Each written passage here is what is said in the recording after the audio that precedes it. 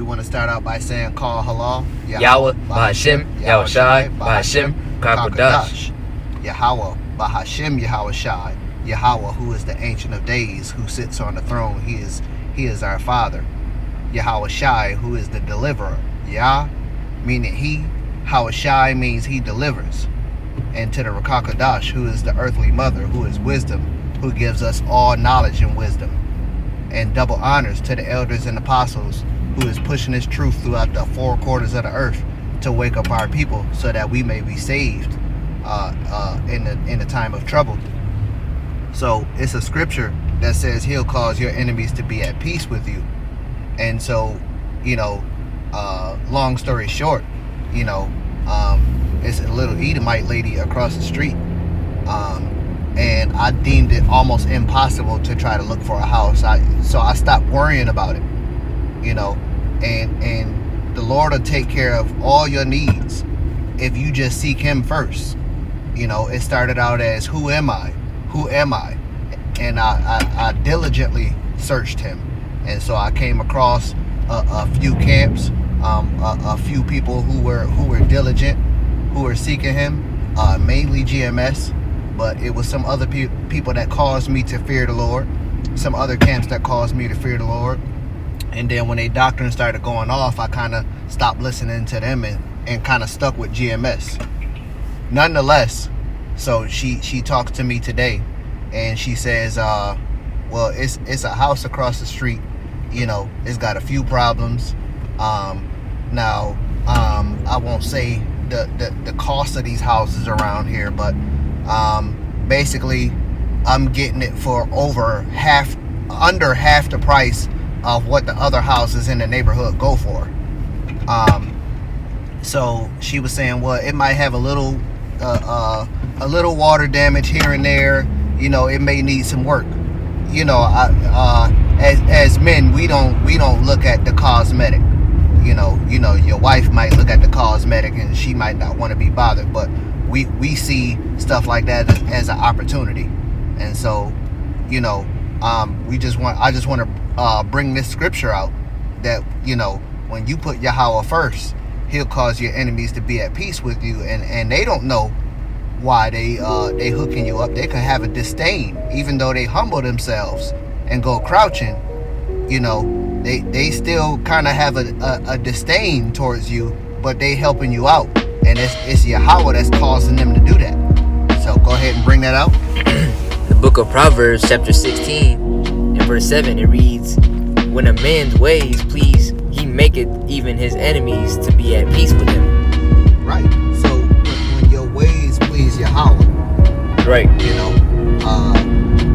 he caused your enemies to be at peace. And they don't know why they're doing what they're doing. A man's goings is of the Lord. How can a man understand his own way, or a woman understand her own way? You don't know why you being led, or you feel led to, to do what you do.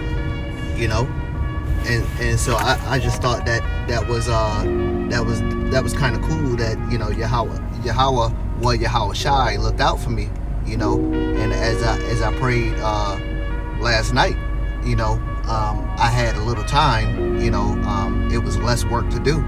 And I just went outside, and even though it's cold out, I prayed for mercy. Pray for mercy over myself, pray for mercy over my house, pray for mercy over my family. Even though we know the deceived and the deceiver are His, we know that our families, most of our families is not going to make it, and some of them is like a dog returning to their own vomit.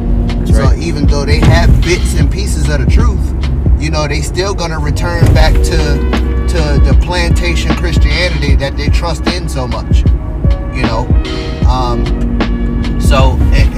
So I kind of got into it, with a family member of mine, and he was saying it didn't matter, what color Yahushai was, and when He rose from the dead, it didn't matter what color He was, and when He comes back, it's not going to matter what color he is.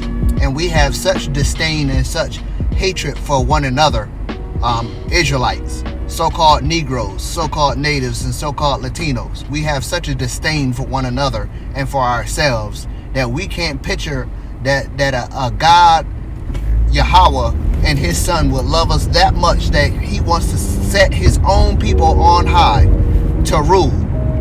You know? That's right. You know, you hate yourself that much that a person that buck broke you, a person that sold you into slavery, a person that used your children as gator bait, you know, that you want to share your priesthood with them. Yep. You hate yourself just that much.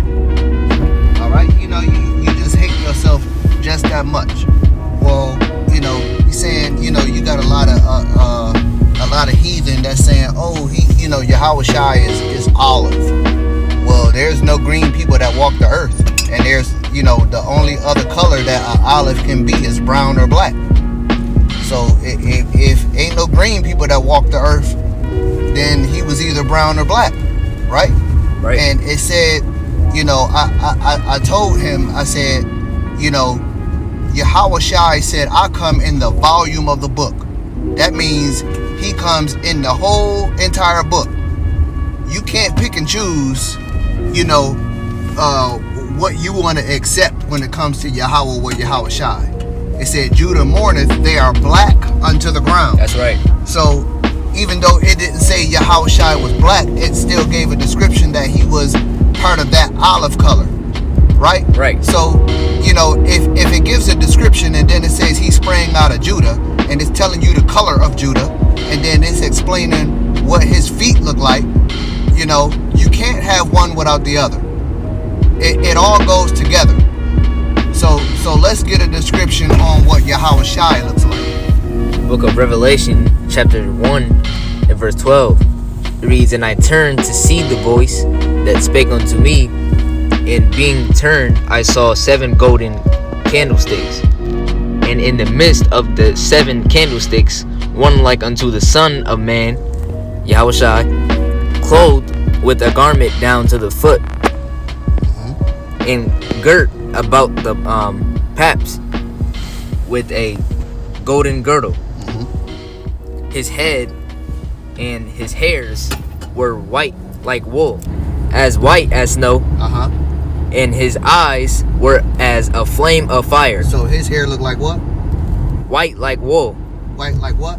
White like wool. So his hair was white like wool.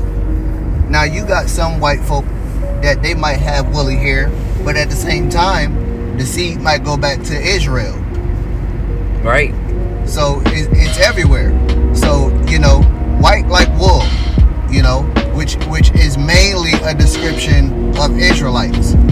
Because for the most part, you have Edomites that have stringy hair. They have thin, stringy hair, like a golden retriever. That's what their hair look like. Keep going. Verse 15. And his feet like unto fine brass, as if they burn in a furnace. I look at my feet, and my feet looks like the same color as my face. There's no other way around it. Yeah, so the argument that he was making was he came up with a picture where it was actually being burned, and you know the burning was actually orange. And I said, look, man, there is no orange people on this earth.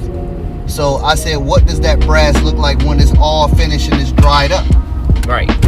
And he just refused to believe that had any significance or any importance, you know. And so, you know, Yahweh Shai said, if you seen me, you seen the Father, you know. And you know, the earth was already inhabited. He said, let us make man in our image. He said, if you seen me, you seen the Father. You sprang out of Judah, they are blackened to the ground. Well, let's see what the Most High look like. The book of Daniel, chapter 7, and verse 9. And it reads, I beheld till the thrones were cast down, and the Ancient of Days did sit. The Ancient of Days is Yahweh. That's the Father. Keep going. Whose garment was white as snow. Uh-huh. And the chair of his head like the pure wool. Like what? Like the pure wool. He said, if you seen me, you seen the Father. Woo. So not only do Yahweh Shai have woolly hair, but this is the vision of Daniel. So, you know, you got people, man, that's going to do everything in their power to try to debunk what's in the Bible. You know, oh, well, that's just a vision. You know, you trying to cut down what the prophets gave you as knowledge in this time. Right. You know, and it just don't work. He said, if you seen me, you seen the Father. I'm a splitting image of what the Father looked like. That's right. Keep going. His throne was like the fiery flame, and his wheels as burning fire. His wheels as burning fire, which means them chariots is up there with him too. Yep. You know, and we try to box the Lord in according to our understanding, and his understanding is so far beyond what we think. You know, the only thing we can do is speculate. You know, the prophet said it does not appear yet what we shall be, but we know we'll be changed. So we don't know what all the Lord has prepared for us, you know, right. After he gathers us together. We just know that flesh and blood won't inherit the kingdom, you know, but we gonna go from Chevy bodies to foreign car bodies. Yep. That's what we do know, you know, and you just hate yourself that much, you know, that you hate your skin color and you hate your hair type that much that you turn around and try to make any excuse so that the heathens can have your promise. Right. You know, will you give away your promise? Because I'm not giving away my promise. You know, and the Lord is not dealing with you, man. If you trying to give away your promise to the heathens. That's right. You know, because if the heathen is going to be converted to you, but the heathen is going to share the heir to the throne, well, who going to build up your walls? Right. They going to build up your walls, but they going to be your best buddy too? It just doesn't make sense. Nope. This truth is not for the faint at heart. You know, you got people that'll say, why would I serve a God like that? Well, what you need to be asking yourself is, you know, we have this great big old God, and why would he go through all of that for me? It's because he made a promise with your forefathers. You know, why would he cast why would he cast these idols down? You know, America, Babylon the Great, is in the state that it's never been in. That's right. Since the inception of this place. This place is through. If you look at football, through. No people in the stands. You got these owners that's losing billions of dollars, and they still gotta shove out millions. Through. You look at some of these employers, you know, they laying people off by the dozens, you know. It's an inside scoop that says a lot of people on Christmas Day are going to be cast out of their houses and lose unemployment, and that's a prophecy in 2nd Ezra, either chapter 15 or 16. This is the book of 2nd Ezra, chapter 16, in verse 71. It reads, "They shall be like mad men, sparing none, but still spoiling and destroying those that fear the Lord." Right. So they gonna take advantage of you to the best of their ability. You know, they're gonna be like madmen, sparing none. They're gonna be killing you off the face of the earth, and he's gonna preserve some. You know. Right. But it's gonna be a lot of stuff that's gonna be happening in the near future, and the writing is on the wall. It's right there. Right. So we about to go through some trouble. Keep going. Verse 72 is the point. "For they shall waste and take away their goods, and cast them out of their houses." Right. So you got a lot of people that's unemployed, that's being cast out of their houses, and who is it affecting the most? It's affecting Jake. That's right. It ain't affecting these Edomites. You know, they said they want you to have equal protection under the law. You know, you the last one hired, first one fired. You know, it's redlining, so you can't get a certain kind of house. You know, you when it comes to the laws, they are not in trouble as other men, but you are. Right. You know, you getting 10 years for petty crime, while they getting a slap on the wrist. You know? Right. And so they said, with equal protection under the law, we're going to make sure you get the vaccine. So if you look at the Tuskegee experiment, most of those people was given syphilis, you know, through the vaccines that they was giving out. Yep. You know, as an experiment to see how it would react.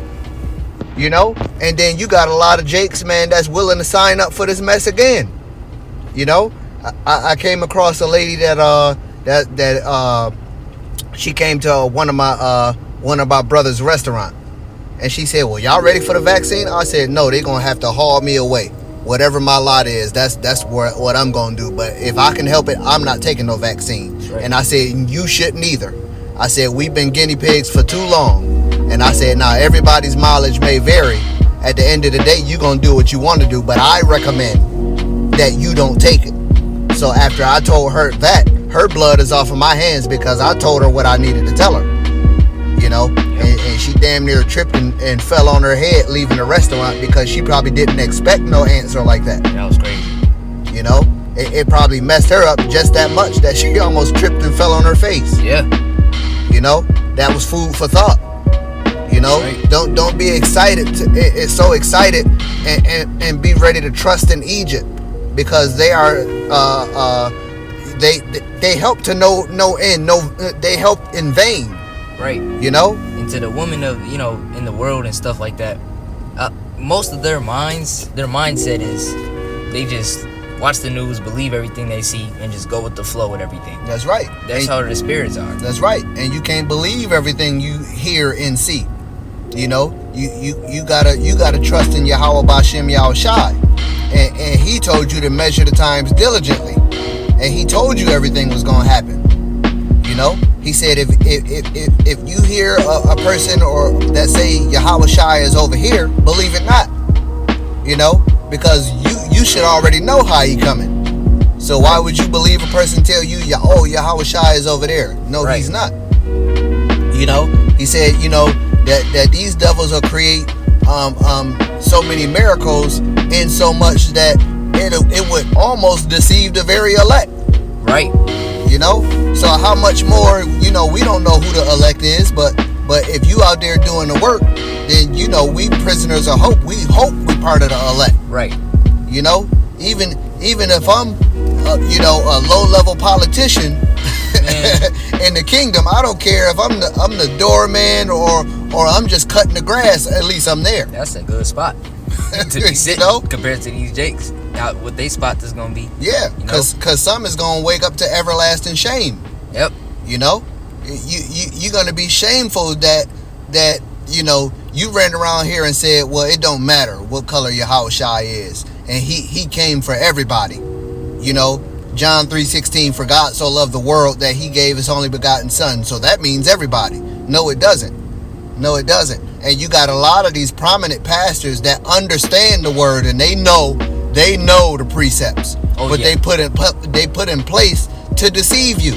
Right. You know, it's only but a handful of preachers that's going to tell the truth. Right. It's only but a handful. You know, you got a handful of preachers that'll tell you that Esau was duped out of his birthright, which couldn't be further from the truth, because in Hebrews it's telling you that he sold his birthright for a morsel of meat. That's right. So how would he steal it if the Lord set it up that way? You know, so it's certain things, man, where you can't be deceived. You got to do the work. You got to pray. You got to fast. You know, and you can't be a sheep led to the slaughter. You know, so just some random thoughts about how He'll make your enemies at peace with you, and in the description of Yahweh or Yahushai, and why it matters, because He's coming to redeem His people. This is the book of Joel, chapter 3, verse 16, and it reads, "The Lord also shall roar out of Zion, and utter His voice from Jerusalem, and the heavens and the earth shall shake, but the Lord will be the hope of His people and the strength of the children of Israel. Of who? Of Israel. Of who? Of Israel. Of Edom. Of Israel. Of Moab. Of Israel. Of Ammonites. Of Israel. Of the Hagarenes. Of Israel. Of Amalek. Of Israel. He's going to be the hope of Israel. So why do you continue to try to give your heir to the throne or give your spot up to one of them? Why? Like, you know, and it could be frustrating sometimes, but I understand that a lot of times you can't push and prime people to believe something that they don't want to believe. At the end of the day, like, you know, the only thing you could do is work out your own salvation. Now, you told them, but if they're going to go back to their own vomit, you know, like the dog does, then ain't nothing you can do. There's nothing you can do. You know, Romans 11 said, let their table be made a snare and a trap and a stumbling block. You know, That's right. Eyes that they can't see and ears that they can't hear. So no matter what you tell them or how much they try to play both ends, you know, I'm going to be a Christian over here, but I'm going to act like I understand over there. You know, no matter how much they try to play both ends, they not going to see how you see it. Right. You know? So, you know, and maybe they might wake up at the very end, maybe not. And at the same time, we got to understand that, you know, Yahweh, what Yahweh Shai said, I'll have mercy on who I'll have mercy on. So that's not up to us to debate who he's going to have mercy on. But at the same time, we still want them to get it. We want them to understand what's happening. Mm-hmm. We want them to understand these precepts, you know. Right. And it's breakdowns that, you know, your average Christian, they just not going to get it. They just not going to get it. You know, some of these bogus stories that we learned is not in the Bible. The 7-year tribulation is not in the Bible. Right. You got one chance to get it right, Israel. One chance to get it right. And he's coming back. And with all power and glory. And when the heavens and the earth shall shake, that is nuclear destruction. And around that time, there's going to be a time of trouble. And he said immediately after tribulation, he's going to gather his elect. So there's nobody from the stock of Israel that's going to be able to not go through tribulation. You know, they're not going to be able to avoid it. Right. You know, you just got to pray that the Lord gird you with the strength to go through it. Because through much tribulation, that's how you're going to earn your crown. And the Lord Yahweh Shai is going to come roaring out of Zion.